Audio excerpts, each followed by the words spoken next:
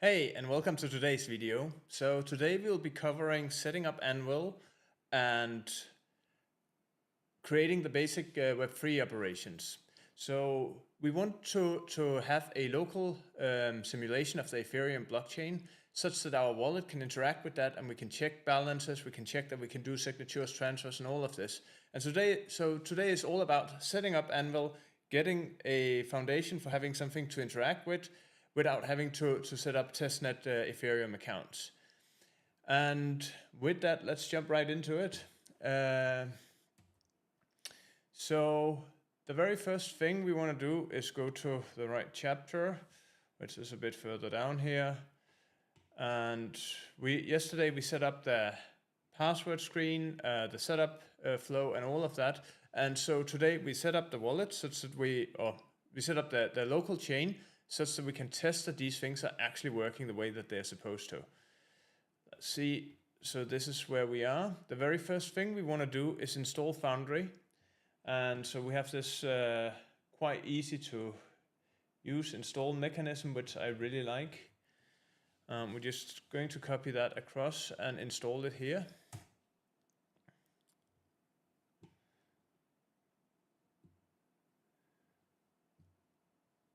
And once you have installed it, it should be as simple as just running Anvil. Right, and so you see now just running this command Anvil will set up a local simulation of the chain. It will have a bunch of default addresses, which is funded with 10,000 ETH each of them, and you have the private keys available. Now here's the cool thing. You have this mnemonic that you can just add. You have the derivation path and all of that. And so by using these ones, we can actually set up the wallet that has these addresses in a quite simple way. And so that's basically what we are doing. And if you recall yesterday, so if we do trunk serve, we have made it such that our setup flow supports this out of the box.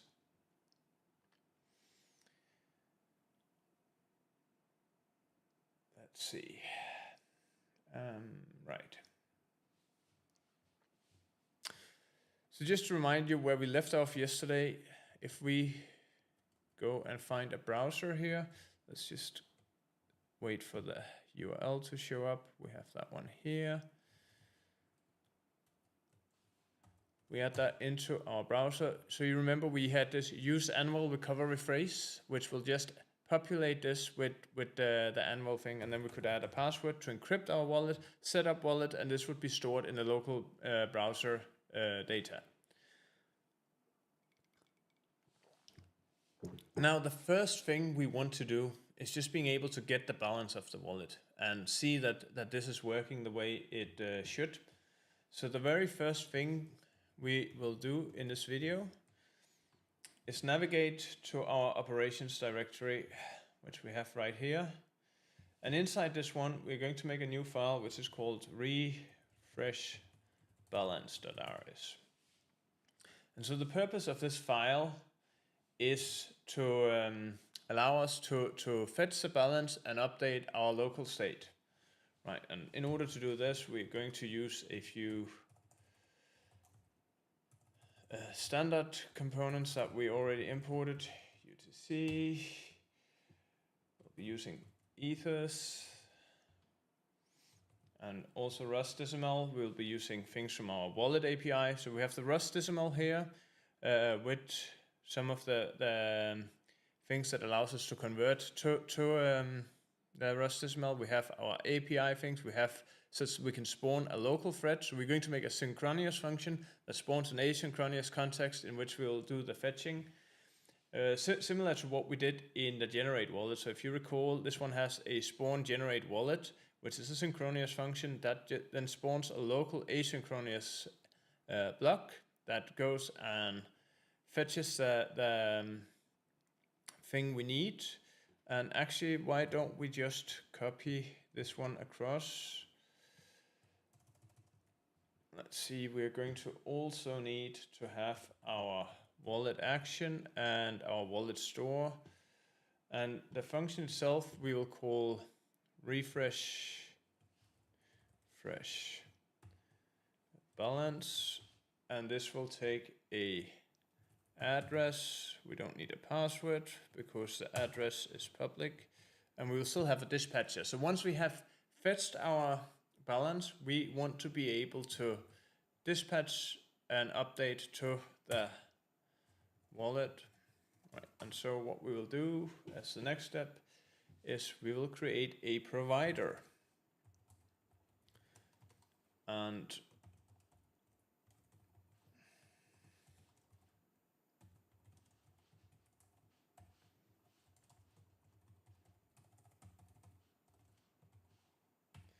so this is the default Anvil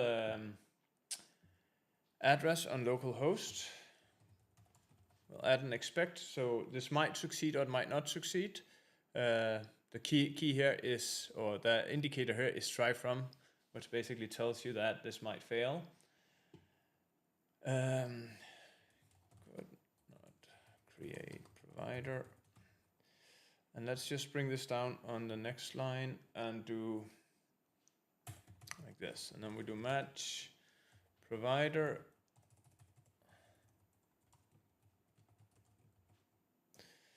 And now the address that we're passing in is a string, but we need this as an address format. So we're going to add address.pass, and then we're using the address and just unwrapping. We are assuming that, actually let's do expect here. We want to know if we've passed something wrong in. Could not pass that address.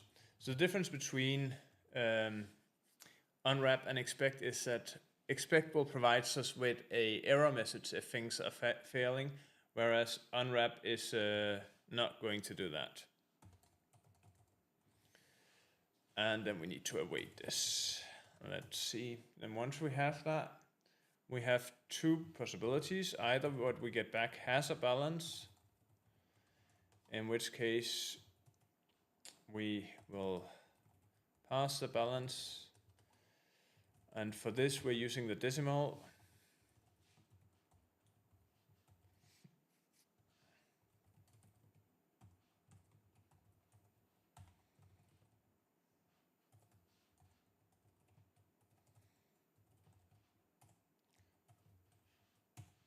And we assume that this will succeed. The library should never give you an invalid U126 since it does not have an error path. Right, so since we're sure that this is, it should be safe to unwrap. Okay, next thing we want to do is we want to dispatch, apply, and the action we are looking for, wallet action. Actually, let's just add this one to here and do mod refresh balance. Then go back here.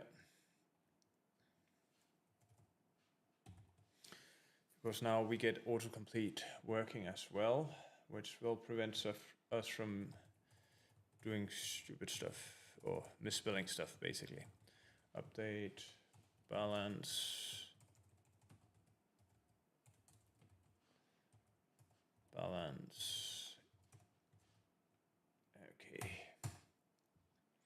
Let's just, that one did not autocomplete, so let's just check that we actually have this one. Okay, right, so we don't have update balance, so we need to implement that one. Let's just add that here. So this will cause a compile error because we're not covering that path down here, and I think we will have a balance here, and that balance would be a, let's just do a to do. We'll do this in just a bit. But just to remind ourselves that we need to do this. Okay. So that was covering the one path where everything is succeeding, but there's also the possibility that we'll get an error, in which case we still want to dispatch a message, but this one will be setting the error message. And now that one we already have. And here you see, here it autocompletes correctly. And so we'll do wallet error and message format.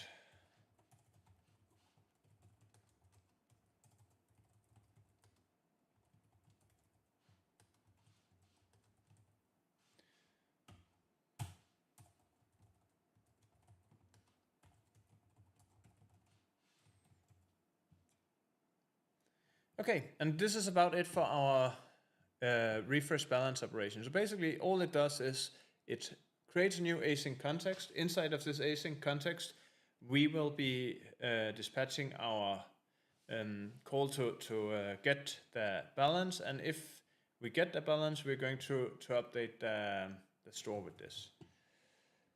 Next, we want to go to store actions and add the relevant actions, right? And we are actually going to add 2 actions here. So the first one is refresh balance, which will be the action that we invoke in order to spawn that operation. And the second thing is update balance, which will just take a Rust decimal and add it to the current balance of the wallet. And so we will need the Rust decimal import, we need UTC time, and we need the spawn refresh. Right. Then we need to update with these 2 things, with these 2 new actions. Wallet action, refresh balance. And we only want to refresh the balance if the wallet actually exists. So we're going to do let some wallet equals, and the ampersand here means that we don't want to copy the wallet, we just want a reference to it.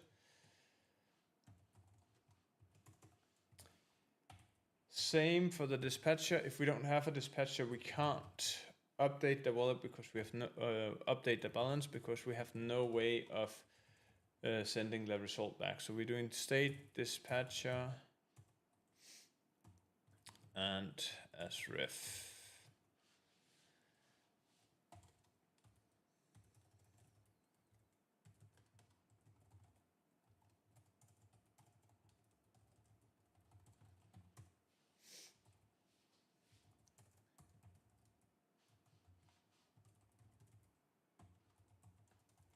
Okay, this will dispatch our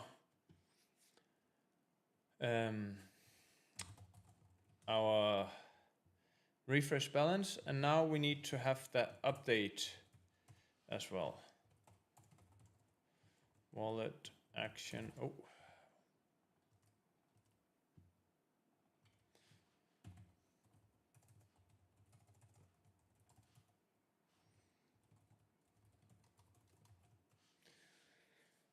And that enum comes back with an action, and again we need to have the wallet, but this time we don't need it as a reference, so we'll need it as a mutable this time, because we want to change the content of the wallet.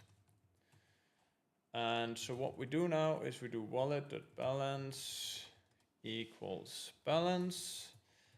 We are also going to do wallet.updated add some UTC now, which will keep track of when we last updated the wallet.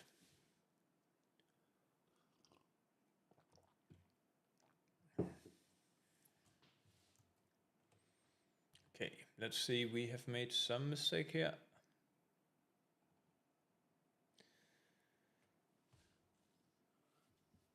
Did we misspell something?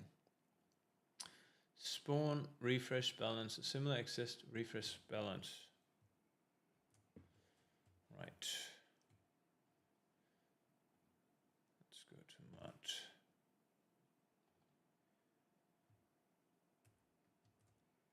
Operations. So that was here. Refresh balance. Wait, I am confusing myself here. So what is it actually complaining about? Oh, right, we forgot to re-export the... Right, let's just do that. Use spawn, refresh balance, spawn refresh balance. This should solve the issue. Let's have a look.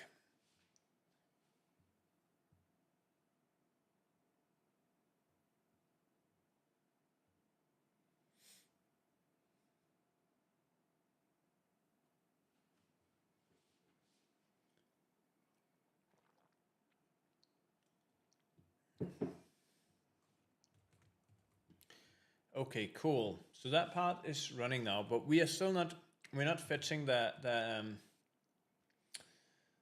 balance itself. And so in order for us to do this, we will need to add glue timers as a dependency. And then we will set up a timer that periodically, at least I don't think we have that. No, we don't have that in our dependency list. We'll add that right here. And then we will go ahead and create a new subfolder here called hooks. And inside hooks, we will make use balance.rs. Oh, and I failed at making it. Oh, wait, we made that as a file. Let's redo that. New folder, hooks.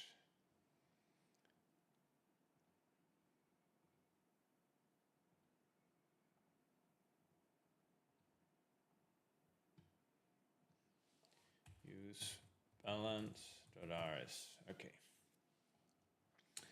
So this file will implement a uhook, and the way you do this is you start out by adding a macro hashtag and then just square brackets hook, and then we do pub fn use balance, and this will return an optional decimal.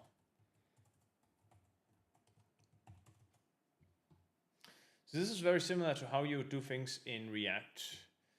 And we are just going to get the wallet store. We'll get the state and the dispatcher. The dispatcher will allow us to periodically refresh the balance, and the state will give us the current balance, right? And so in its very initial form, we'll just return, actually we just need to write balance. This will return the balance.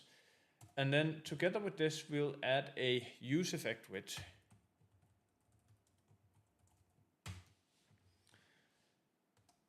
And for now, we'll add no dependencies. We'll just periodically update this.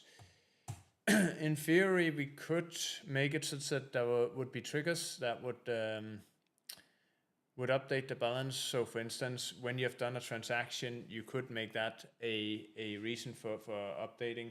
But we're not going to do that. We're going to keep things simple here and just do a periodic timer. Dispatch equals dispatch dot clone. Right, and we need to spell that correctly. We also want to clone the wallet.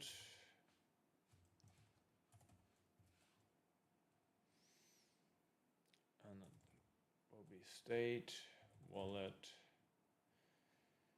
as ref.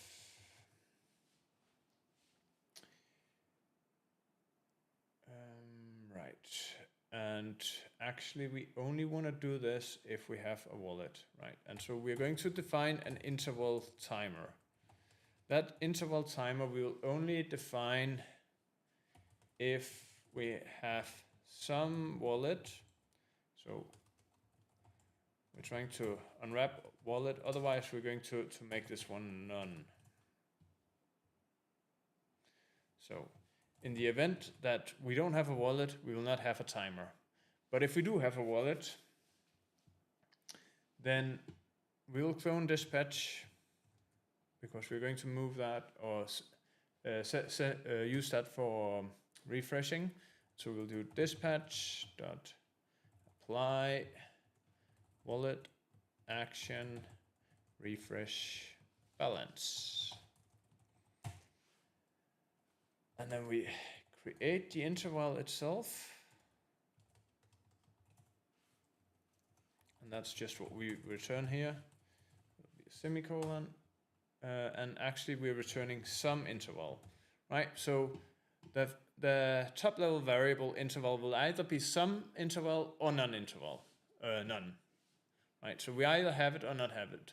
And in the equivalent in TypeScript would be null and just a value, right? But since Rust is explicit in options, we need to do it this way where we have some and none.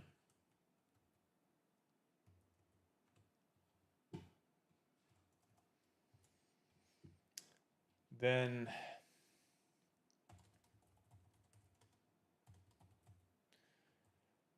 we will clone the dispatcher again, because we are going to move it inside of, actually we might not need to do that. Let's just try to do interval new, and we're just doing every 10 seconds, we will move the dispatcher and then just apply. This should do the trick.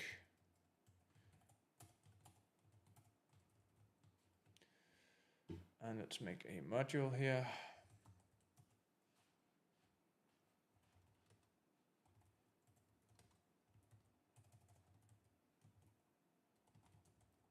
Oh, wait.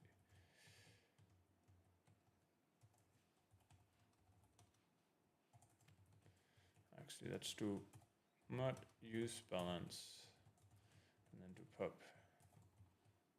Let's use balance. It may be, oh, this should be okay.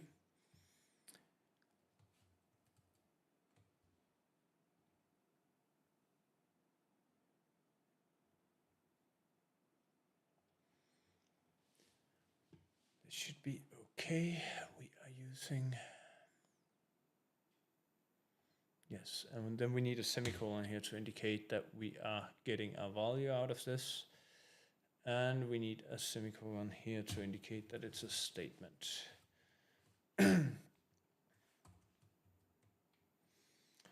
And we need to add hooks, pub mod hooks.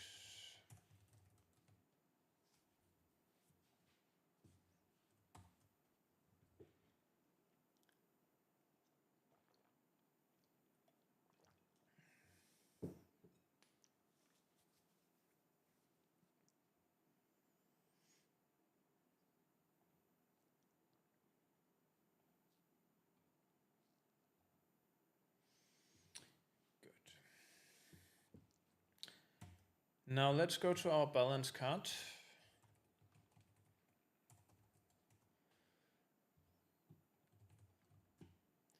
We're going to import the use balance, and inside the view itself, we will add balance equal use balance.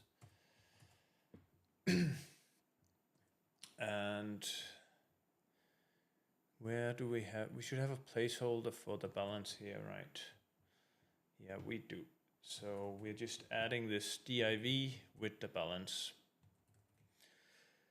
So in a slightly more advanced version of this, we would change how use balance works. So we would create a top level context or provider that would continuously do this check so that we could access the balance many places and not set up a effect for each component. Right now, we're keeping things simple. We're just using use effect, but the slightly better way to go about this would be to build up a context and then use that context in such a way that we don't hammer the API.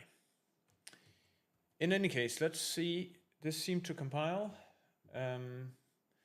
Let's just wait for it to reload.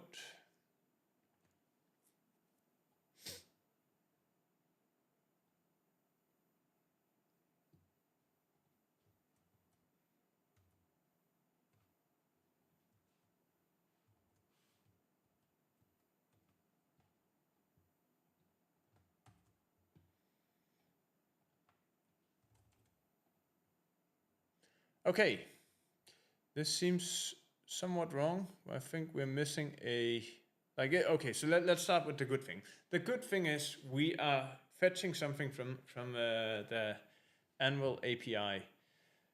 The slightly bad thing is it seems that we're not taking into account the decimals, right? So we need to update this to take into account the decimals. If you remember from the Anvil thing, this is the number of ETH, but it's only 10,000, which means that there are some decimal that we are forgetting to include in our work here. Let's just try to scroll down and have a look in the book and see if there is any way we get this. Block time, blah, blah, blah, 10,000 ETH.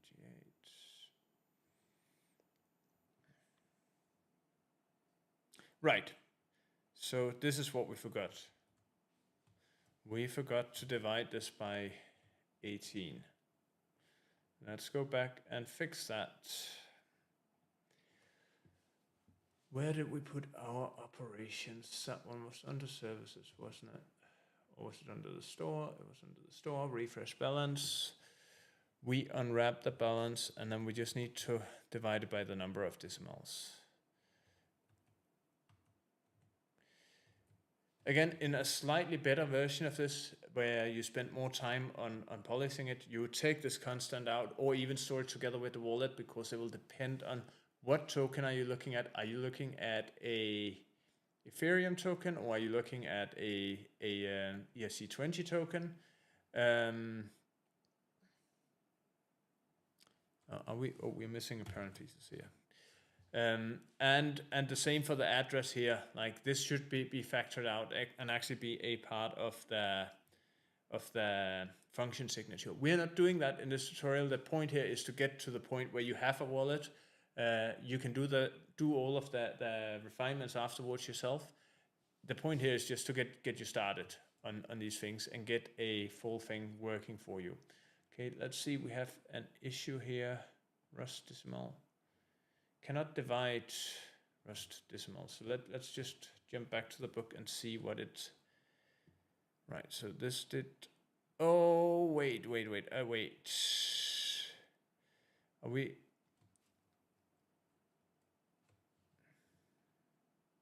Let's just copy this across and then try to copy that, paste that in here. Oh, right. Yeah, okay. So I see what I'm doing wrong here. We should have just done, yeah, okay. Cool.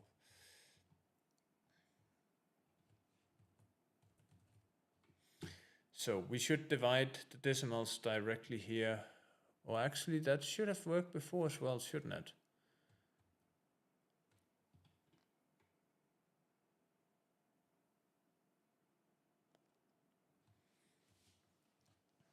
Well, okay, we had a minor mistake here. If you follow what's in the book, we get the right thing. So what we need to do is we need to get the decimal from the balance, and as used 128, then we need to unwrap it and divide it by the correct decimal size, which is 10 to the 18th, which is standard for Ethereum. And then with that, we should be able to redo this. See, there you go. Now the amount is set out the correct way. So that's cool. Let's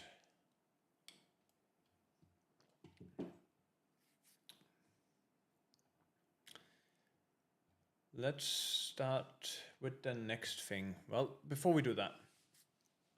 So this is the first part of building up our wallet. We now have a wallet where you can generate an address. The key is encrypted. We get the amount of money in the wallet, and now the next thing we want to do is we want to be able to transfer money to another wallet and see that actually works. And once we have done that, we are really far, right? Then you can do all the basic stuff that you would expect from a wallet. We also need to set up things like send. The send thing. We need to add persistent storage eventually, but for now, we will start out by building out the transactional system.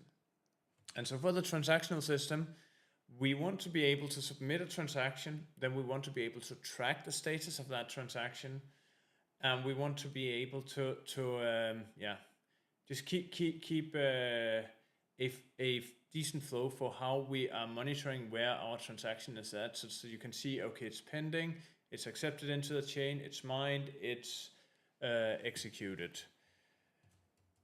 And for that, we will create a new folder. Well, we have the folder here. It's called transactions. We have the status already, but we're going to add a bunch of new files here. We'll have event.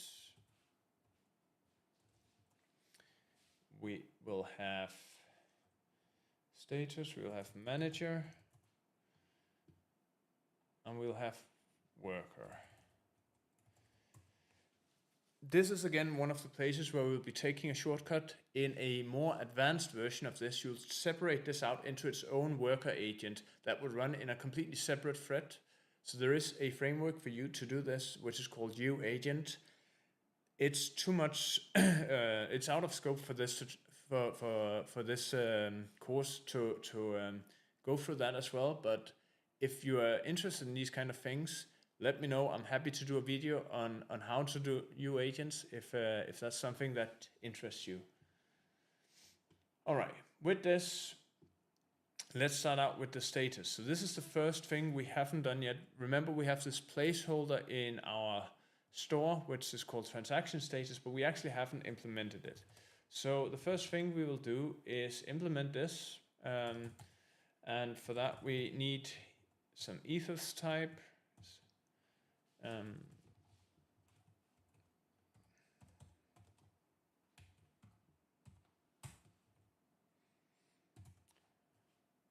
We will need some serialization.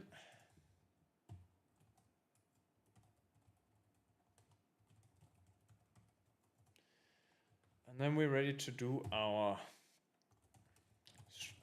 actually enum. So in the original code, or in the first code, we just made a struct placeholder, but now we're going to do this as an enum because that's a more natural type for status.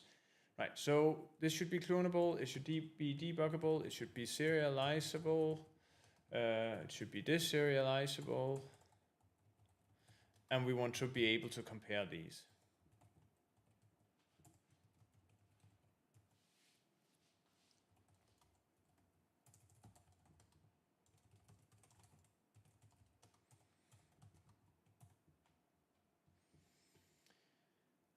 Okay, cool. So the statuses we will have is there might be no status at all. We need to reflect that. We might be preparing that transaction. We might be building it.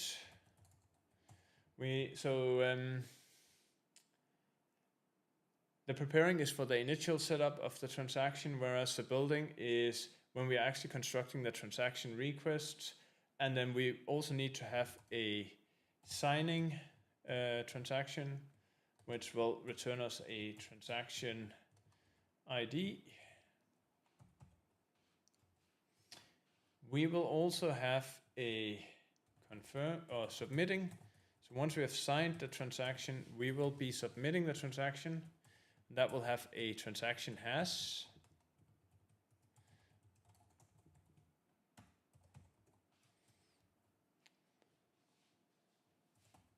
And then finally, we will have a confirmed transaction, well, hopefully a confirmed transaction with a TX hash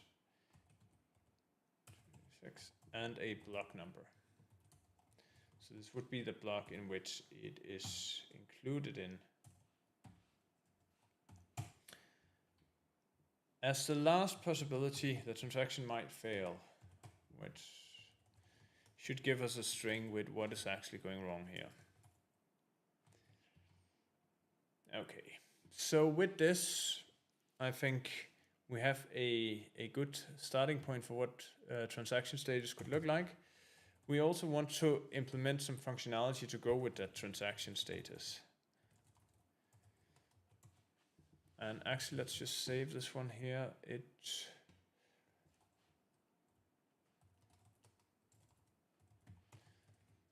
And add these things such that.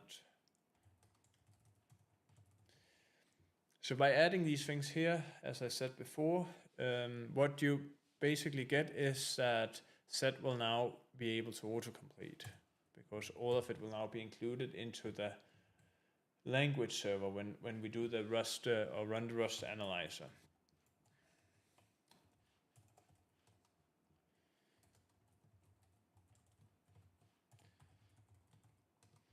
So unlike TypeScript, you need to actually specifically declare what is included inside of your crate. It's not enough just to create the file. We need to manually declare what modules are there and what modules are not. Which is kind of nice because it allows you to disable disable certain modules without having to delete the file or rename it.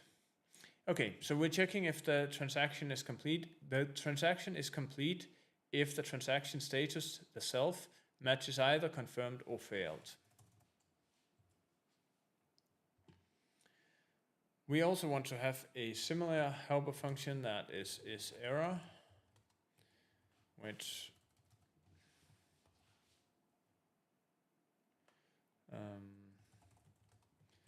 is very similar. The only difference is that this one is not confirmed, it is only failed.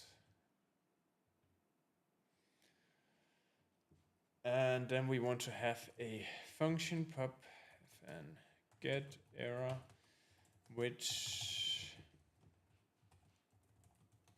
will get us the error text. So this will be an option to a byte array, well, low-level string or C string, I would probably call it. And we have two possibilities here. So either it is a transaction status failed error, in which case we are returning some error, and otherwise in any other case we're returning none.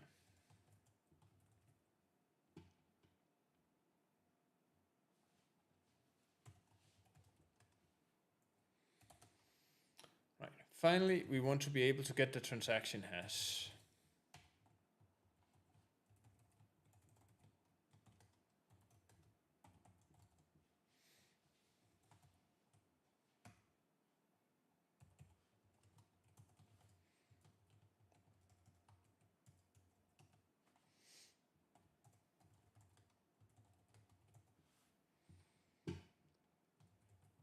And there are two scenarios in which we will get the transaction hash, and one scenario in which we will not. So submitting might or might not have a transaction hash, because as we're submitting, when we first submit and are in the process of submitting, the transaction hash might not exist, but then we might update that when the function call returns. And confirmed always has a transaction hash. So therefore this one is actually an option, whereas this one is a string. Right, and in any other case we're going to return none. Cool.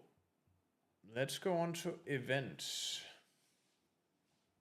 Let's take one step back and just check that this compiles first. It doesn't. Let's just fix the compilation errors before we move on.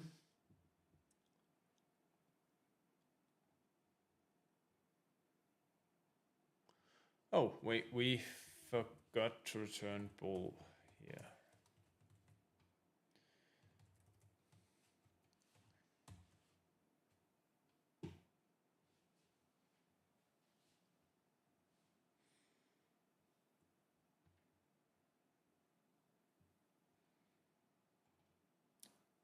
Right, so this should be submitted, not submitting.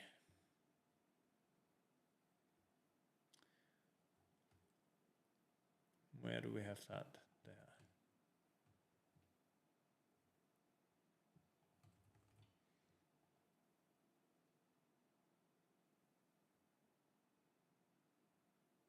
No, actually this one is, I want this one to be called submitting. That would be the right, because it's not necessarily submitted. That's why we have the option. So this should be submitting, and then in the event, oh wait.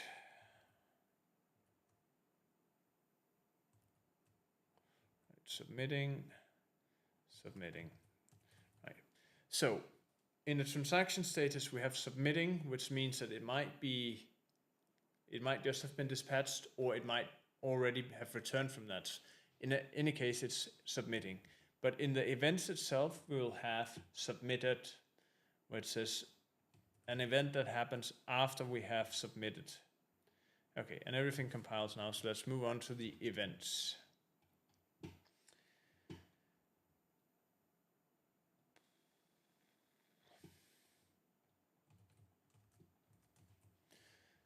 in the events, we will use the same types again, but we'll also use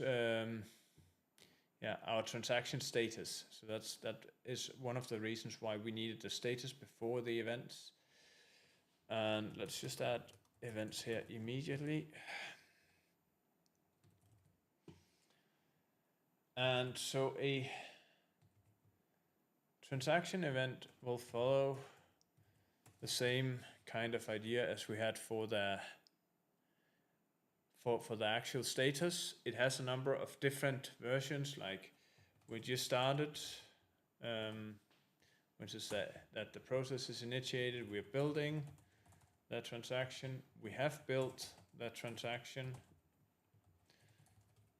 and that one would return a transaction request. We are signing, we have signed, which should return a transaction or have a transaction associated with it. We submit it, which should have a hash associated with it, and it's confirmed, which will be a struct that has a transaction hash and a block number.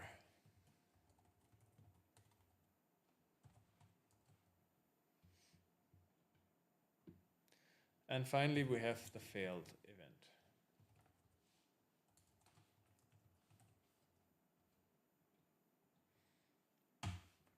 So just to distinguish, right, the status is something we use for the internal bookkeeping inside of our storage. So that one will tell you this is the status of the thing, whereas the event is for the communication between that store and what we're doing, right? So as we go through the process, we will send events and that will update the transaction status. So this is a distinction between the two. Okay. Next we have the manager. And this is going to use quite a lot of the ethos thing. Let's just check. Yeah, it's still compiling. Great.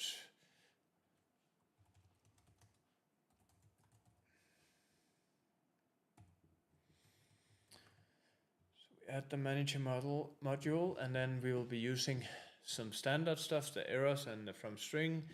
And then other than that, we'll have a lot of ethos related stuff here. That we need. So we need the local wallet, we need the signer, we need a provider, we need a type transactions request, and a whole bunch of other things to make sure that we can go through the flow of building up a transaction. So our transaction manager is going to be a singular object that we will be having. It will have a provider, which is a HTTP provider from the ethos library. It will have a chain ID. So the chain ID is something you embed into the transaction to make sure that you're actually submitting it to the right chain. And then we'll have a wallet. This is not the wallet that we defined in our API. This is a local wallet from the ethos from the ethos library. We need that wallet in order to sign things, and so we'll reconstruct that one from the private key that we have.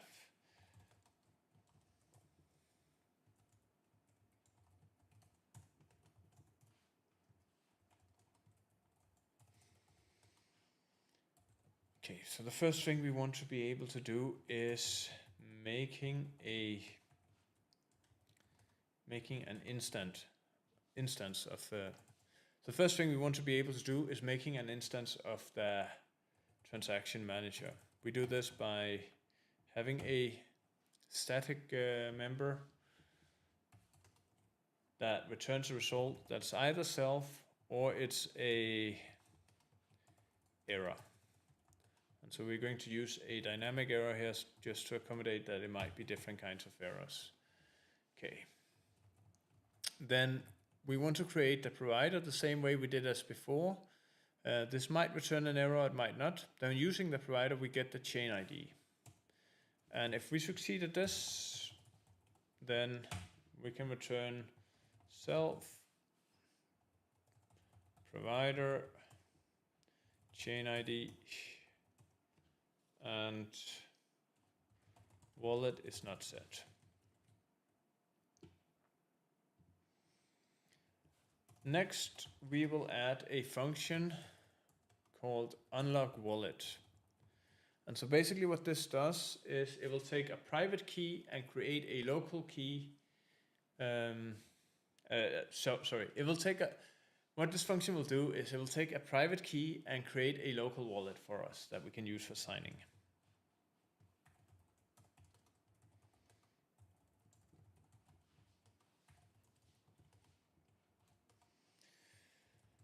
And the result is either unit, which just means that there is no result, or it's a dynamic error.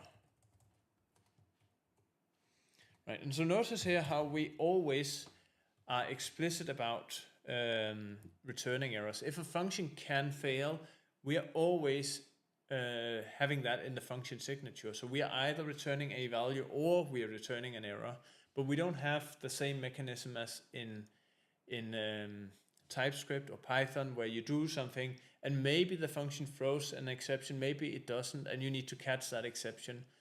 And so the nice thing about this is it provides a very, very clear path for exceptions you want to do. Whenever you use a function, you're sure that you have covered all the different exceptions patterns, because the function signature has the exception patterns embedded into it, which is such a nice thing when you have to reason about what's going wrong. Okay.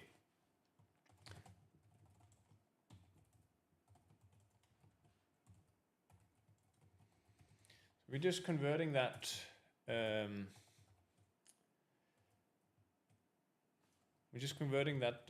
private key into a wallet, and in the event that there is an error, we're going to map that error by simply just doing format and an invalid private key.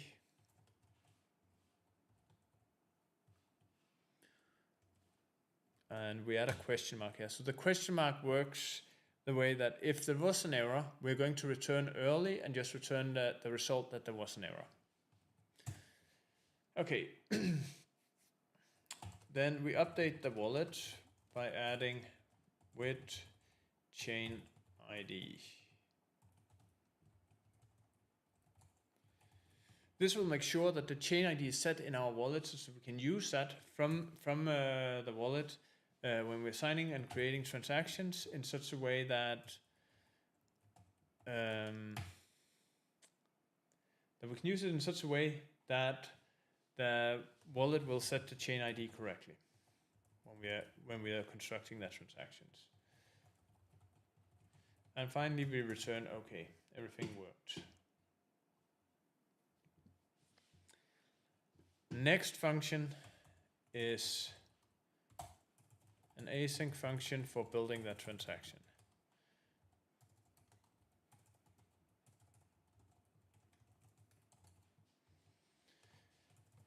So we'll take self, it will have a to address, so where we're sending the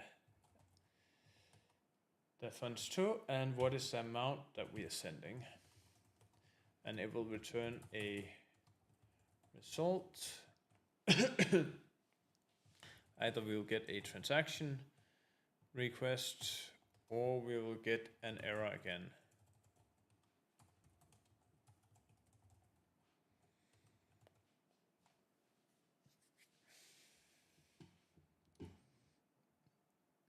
Okay. And so either we have a wallet or we don't. Let's address that immediately. In the case that we don't, we're just going to return an error that the wallet is not unlocked. And if we do have a wallet, we get the from address, and we'll get the nonce. So the nonce is basically a unique ID that we need to include in the transaction to make sure that we are not sending the transaction, or if we send the same transaction multiple times, it prevents us from having it executed multiple times. So we will still only ever get the transaction executed once, even if we submit it 1,000,000 times, which is a really, really useful feature to have.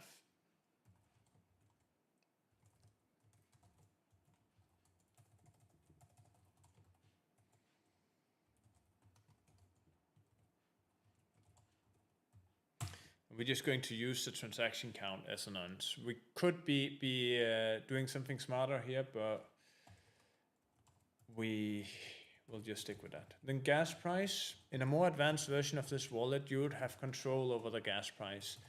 We're not doing that here. We are simply just going to use the provider, and then we're going to get the gas price.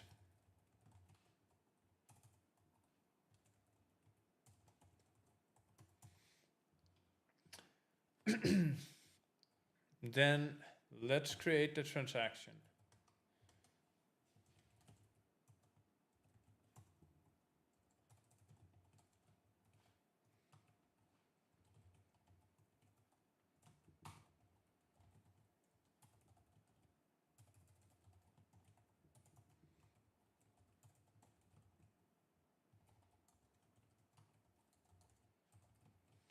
And so this shows a builder pattern. This is very, very common in Rust applications that we are doing something like this.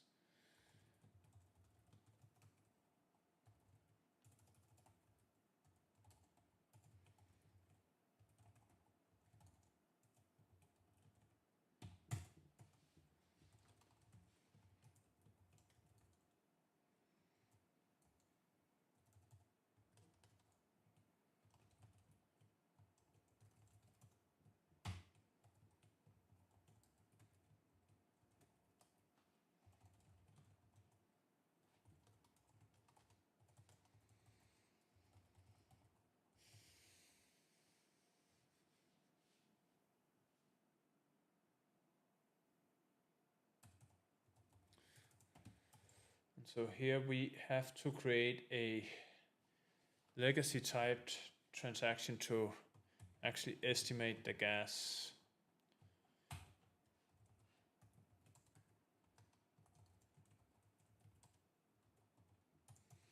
And finally, we can return that transaction once we have set the gas. And this is pretty much our transaction builder. Right, it builds the transaction. It doesn't sign it yet, but it builds it.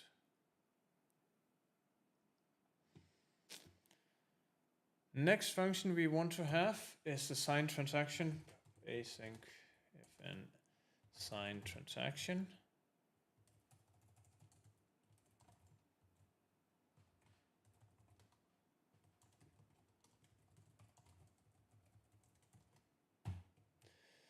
And like the previous ones, we will return a result.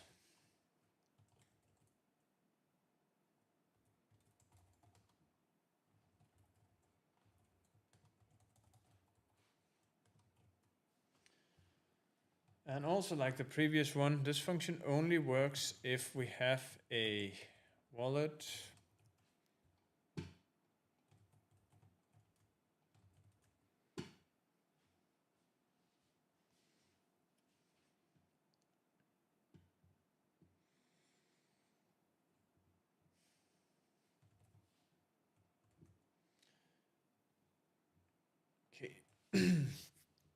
As in the previous, we're going to start out by making a type transactions, which we do here. And again, we're just going to use the legacy.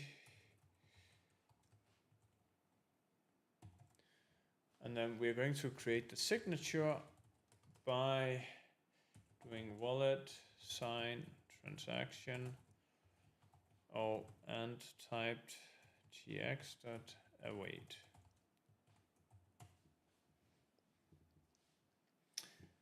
Then our signed transaction will look like this. This is just a transaction with the following field, hash. This one will populate with 0. nones. For that one, we will be using the type transaction nones or none. Block hash is none. We don't know what the block hash is going to be. Block number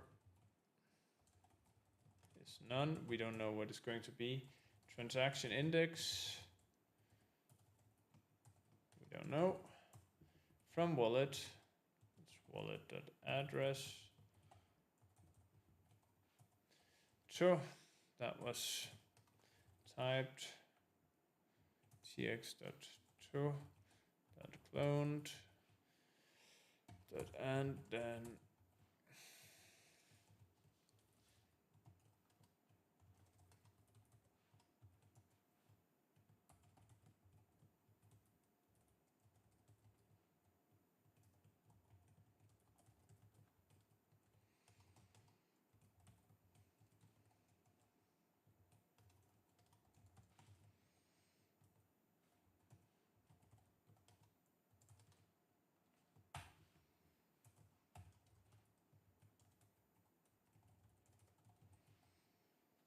okay, there's just a whole lot of relatively trivial boilerplate code here, so I'm just copying that across.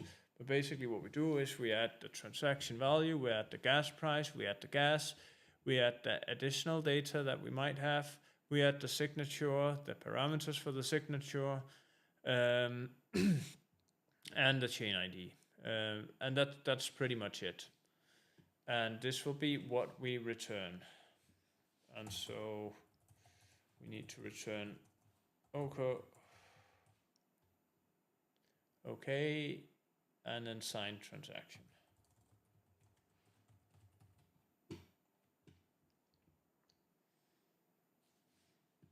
Okay, so we can now construct a transaction, we can sign the transaction.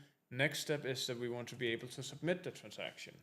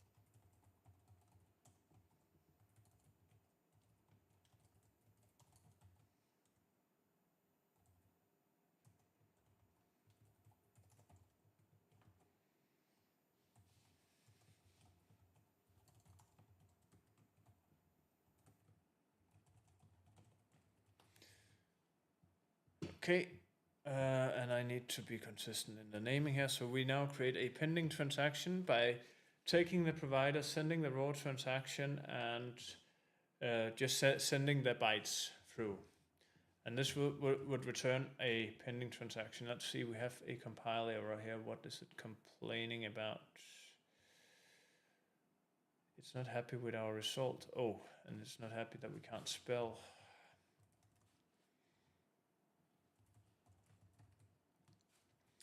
Just go ahead and fix these things, transaction manager. So it would appear that we have a syntax error somewhere while passing. Okay, let's just check this out. So start here. This looks kind of right. Kind of right.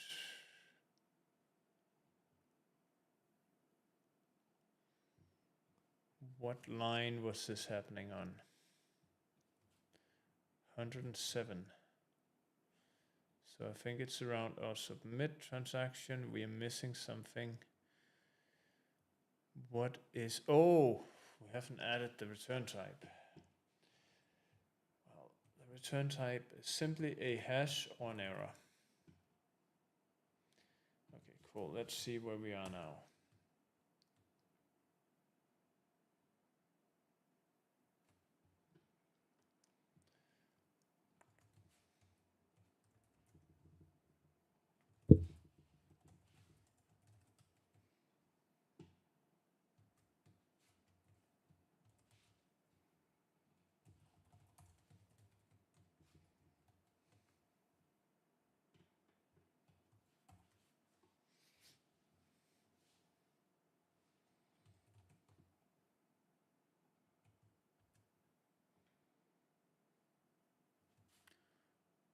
local okay amount. So we might need an n here. Okay, so this should have fixed the errors.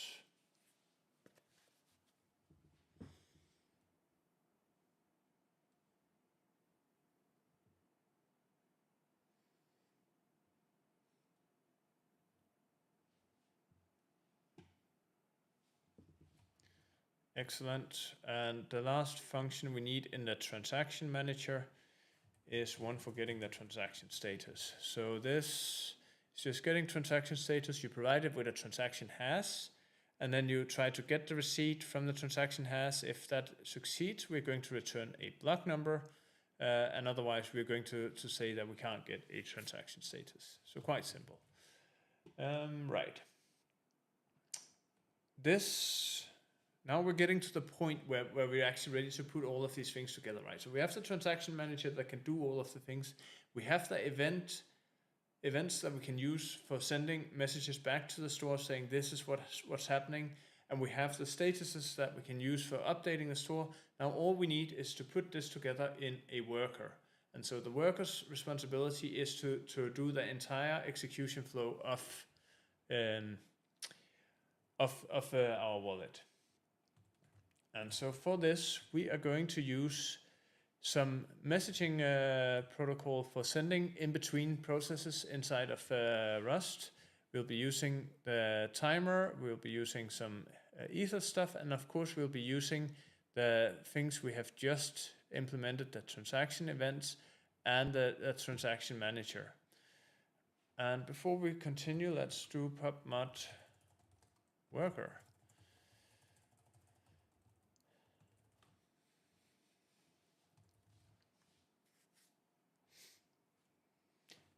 And so our transaction worker is going to look like this.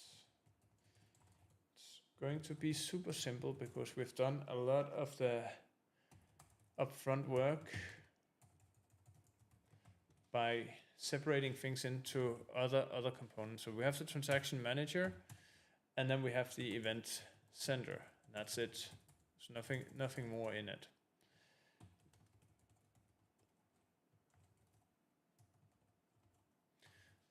And this will allow us to use the transaction manager to execute the things that we need to execute and send events back.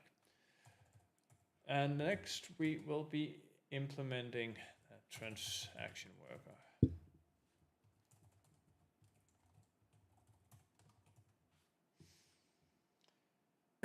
And we need two functions here. The first thing we need is a new function. So this one will take a center as an input, but also the RPC URL.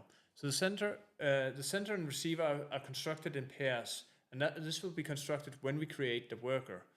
And then the transaction manager is created inside of the worker. This will be used by the worker when we are sending transactions.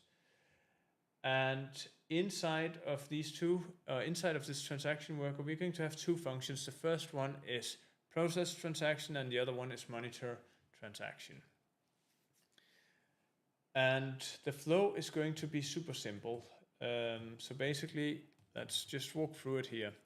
Right. So we implement process transaction as what do we want to do? We want to send to a specific address. What is the amount we want to send, and what is the private key we are sending for? Then the first thing we do is we send an event saying, well, we have started this whole process. And now we unlock the wallet.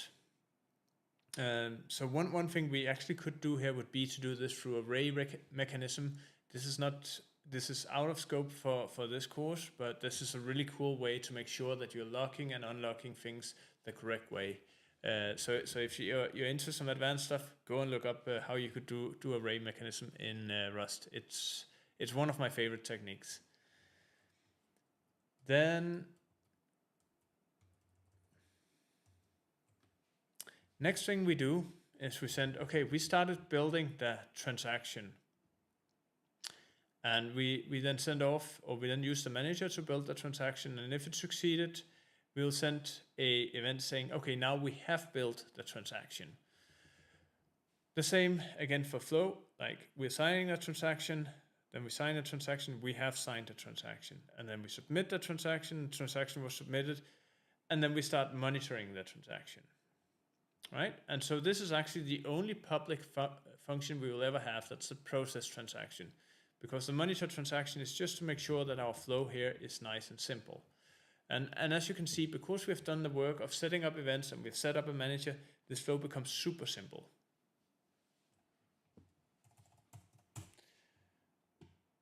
Then monitor transaction is going to be another rather simple thing, right? So we have decided we want to have a function that takes a transaction hash, and we're just going to make a very simple loop. And inside of this loop, we're going to do match self.transaction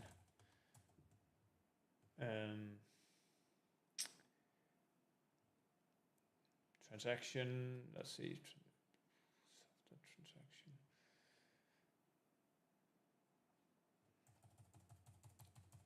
Okay, so we're going to do self.manager.get transaction status. And we're going to do tx hash. So we're taking the hash, we're adding that, we are waiting. And then we have two possibilities. Some, we will get a block number.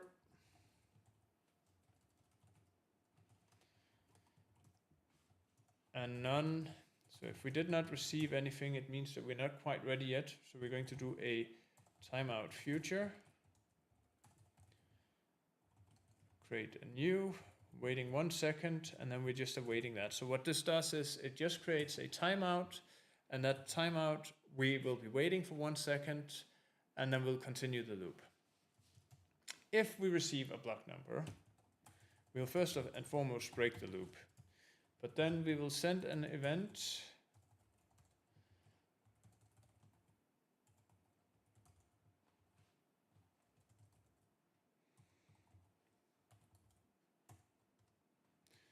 and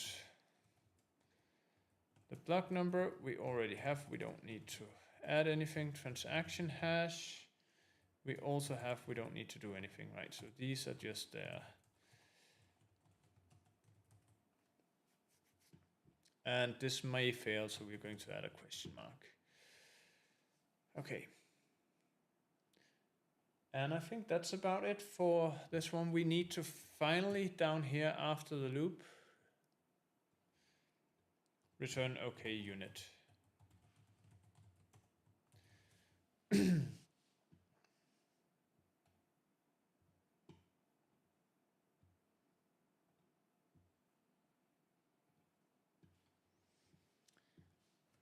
All right, let's see. Did this compile? Oh, it did not. Obviously not. That would have been too easy. Yeah, okay, I misspelled manager.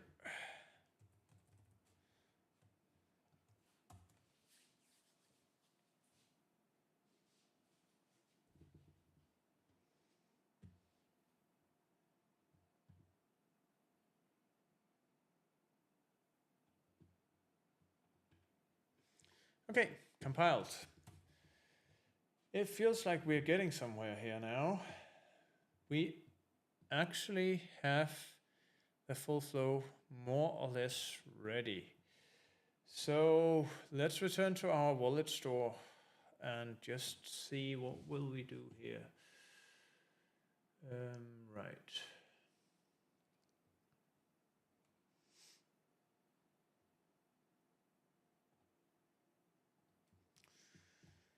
So we want to update this. We have several updates we need to make. First of all, we have a new transaction status we should be using. So we can get rid of this. And instead we'll be using create services and transactions. Wait, this does not seem right. Yeah, that is right. Transactions status. Transaction status. That's a little bit deeply buried, but I guess that is okay. And then we have the actual wallet implementation. Well, we don't have a wallet implementation, so we should probably make one. Let's do that. We only have the store implemented for the wallet, but we don't have the wallet implementation. So we're going to make a new function which we call process send transaction, which is actually a really tedious name. Maybe we should come up with a better name. Oh, wait, what happened? There, mute.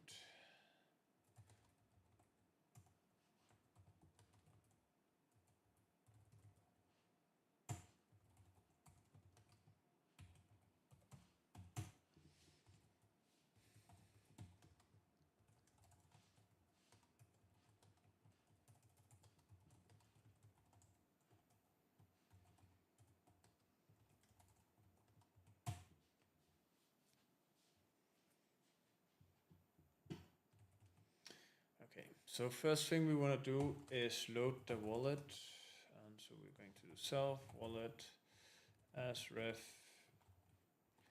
okay, or no wallet loaded to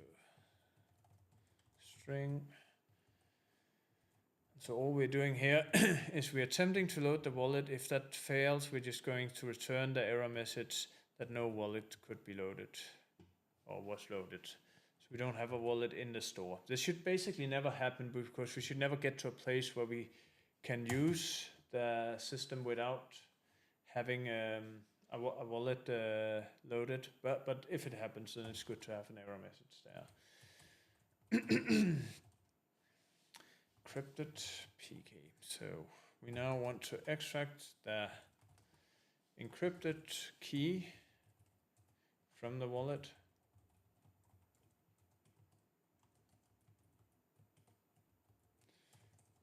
Decode. So if you remember from the previous videos, we encrypted our private key using a password, and then we encoded that as base 64 and stored that in the wallet.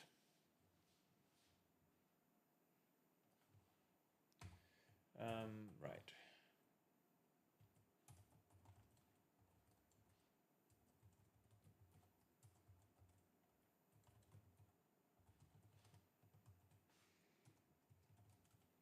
See, so we're matching. We have two possibilities. We either get a private key, in which case we want to return that private key, or we do not, in which case we want to return early with a error message saying failed to decode private key.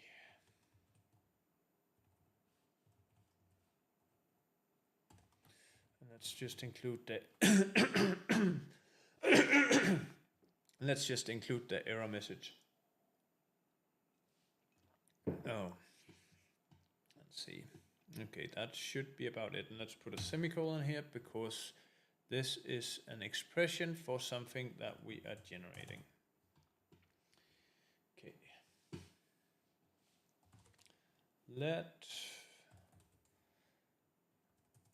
private key, we're going to decrypt it. Encrypted private key. And for that we need the password. We need the salt. So if you remember yesterday, we encrypted our private key with a password and a salt, and then we store that in the browser local storage. Well, we actually don't store it yet. We just store it in the state for now, but we will add local storage to it. But this should make it relatively safe to store it this way. And then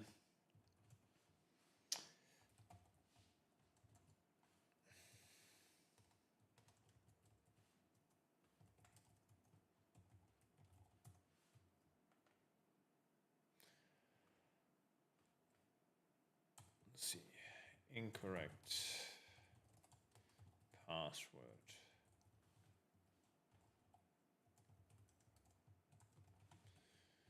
So we now have the two paths. Oh, we need to have a match here, right? So we're matching on what the result is. If we do get a key back, or a decrypted key will return that, and otherwise we will set the error of the wallet and return an error. Wait a second, something isn't right here. We need to add a semicolon.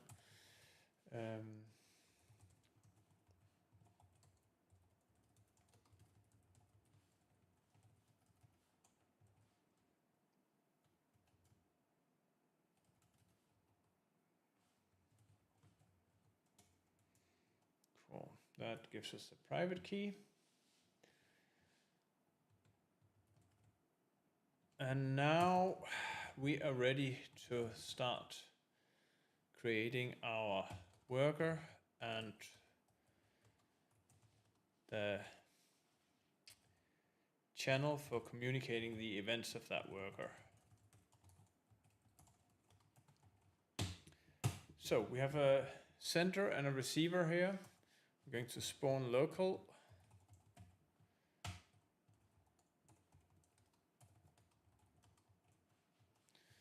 And then we're going to do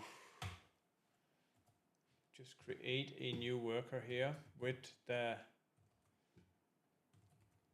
sender and the receiver, right? So if we succeed at creating a worker, we are going to use that worker to process that transaction. If we get an error back from that, actually we haven't added this one, so maybe we would do lock. I'm not sure whether we've added the lock crate, so to do, let's just do to do, let's just check this. I mean, in theory, this should never happen, but in practice, it might. Right. So this is the first half, the one that makes sure that we are actually doing all of the transactional work. But then we also need to have a monitor, and so we'll need a dispatcher for this, because every time we get an event back, we want to take that event and then dispatch it into a actual result. And so this is another async process. So we're just going to create a loop. So we spawn local, we create a loop, and we try to receive, and every time we receive something, so we will get the transaction status from the event itself, and then we'll update the transaction status. If the event is terminal, then we will break. And I don't recall whether we actually implemented this or not. I think we didn't implement this function, but I'm sure the compiler will tell us. In any event, if we don't receive anything, we're just going to wait, or if we get an error, we are just going to wait 100 milliseconds and then go on. And finally, we should return OK here, right? So we're at the end. And I have misspelled.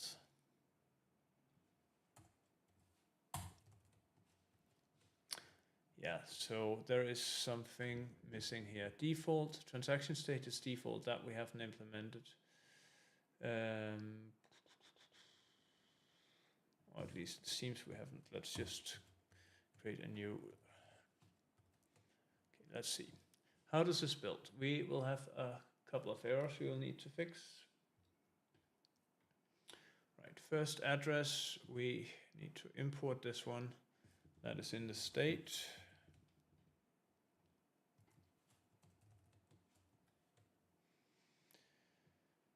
Secondly, we also need to import this one.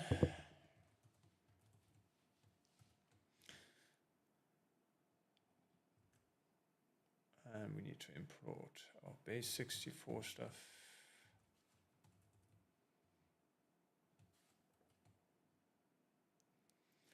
And we'll need to import the decrypt.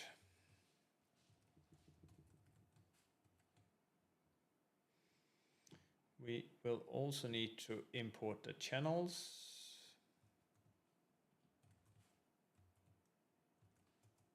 Oh wait, that's, I think this is the one we need.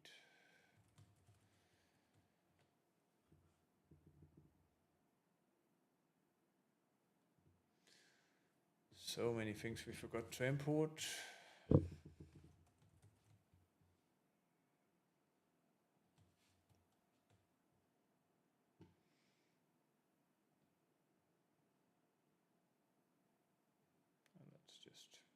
this one.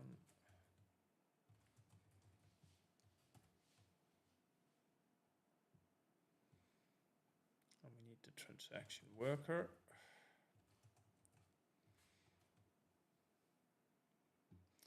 Spawn local we already imported. We need the wallet action.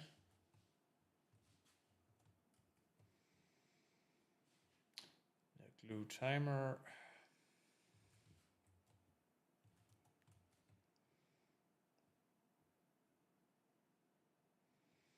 Right, and then it complains about transaction status does not have a default implementation. Is that so? It probably is so. Let's see. Transaction status. That's completely right. We haven't implemented a default for that.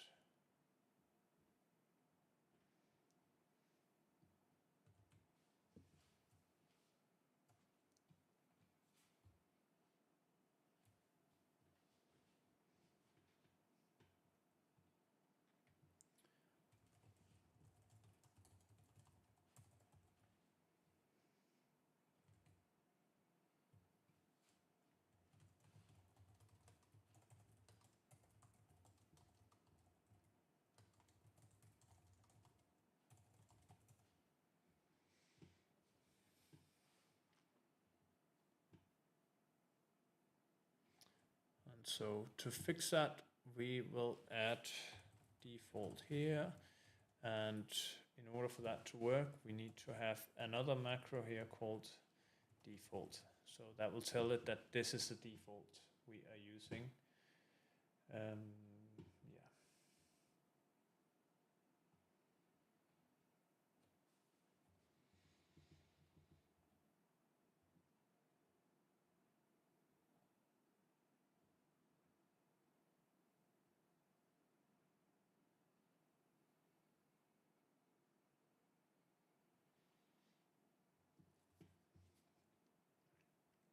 Another thing we probably want to have is the ability to, just for the sake of making this easily visible or easier to work with, we probably want to add a display for the status. So basically what this does is it allows us to turn transaction status into a human readable string. And all we're doing is we are saying transaction status, we are doing a match on that, and then telling what the equivalent string is. Okay, let's go back and see how things are compiling, if they're compiling, and what else we need to do.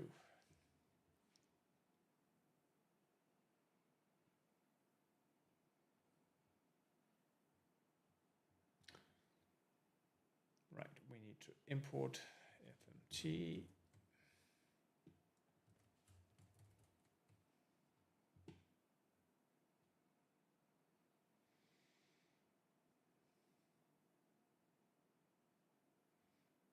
Appears to be the majority of what it was complaining about there.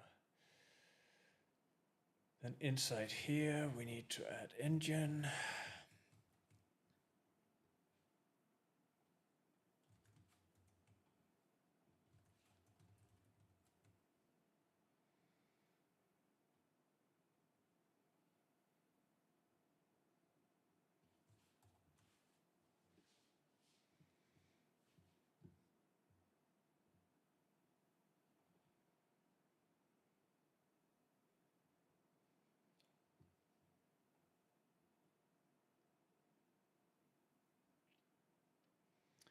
Okay, so I think we have forgotten to implement a few things for transaction event. If we look here, this is rather simple, but we already mentioned this previously, that for instance, we want to be able to check whether this is a terminal transaction event or not. And so what is meant by that is, is this the last step? Right, so we're going to add public function is terminal. self. And we just do matches self, and for this we will say it's terminal if it's confirmed or failed, which makes sense. That would be also, we want to know, similar to what we did for transaction status, we want to be able to know if it's an error, and we want to be able to get the error. That seems like reasonable functionality to have. Then we want to be able to, so the error that we're having here is that we actually cannot convert the transaction status from from the actual event. So we need to implement the from trade in order to do that, and we will do that as follows: from transaction event for transaction status, which just means that we will implement a way of doing a cast from transaction event to transaction status. And that has a single function we need to implement. It's from, and that's event, transaction event, and it should return self. And self in this case is transaction status. Right? And then all we need to do is implement the match on this. So we're matching on the event. So the transaction event started. That should be preparing, building and built. That's under building, signing and signed. That's signing. And let's see. That looks good. Let's try to go with that. Just see how this changes things.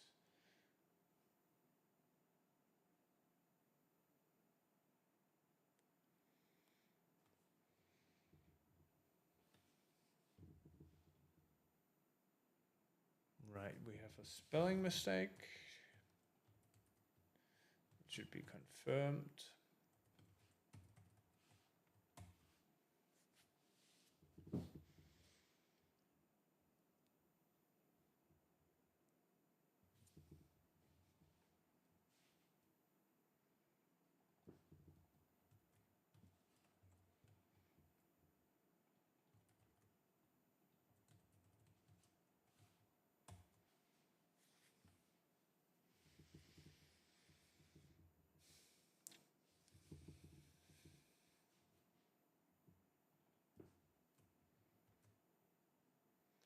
This is in the state.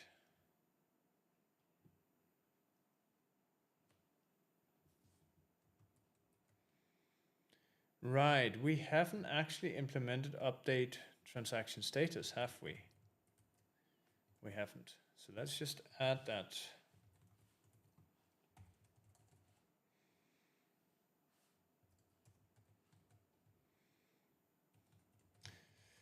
The transaction status, we need to add the transaction status to the actions to allow our wallet to update the transaction status.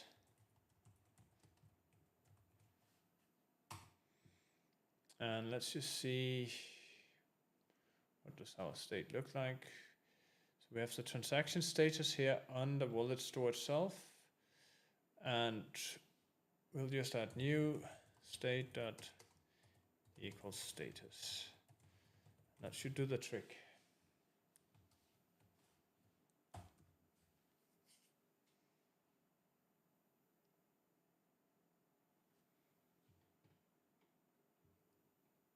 Right, we need the arrow.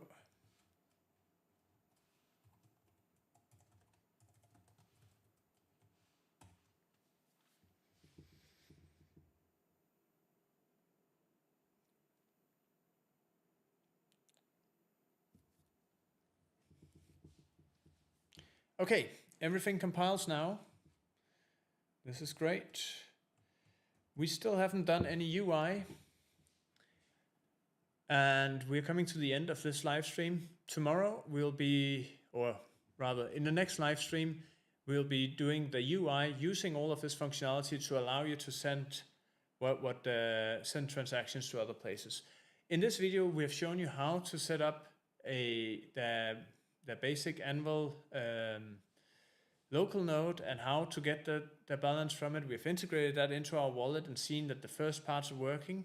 We've then worked on the really complex component of sending and managing transactions, and we're ready to use this in our next video to implement the UI that will allow you to do the whole transaction flow. I'm really looking forward to doing that bit, because that's where you feel that you've actually achieved something. Yeah, I hope to see you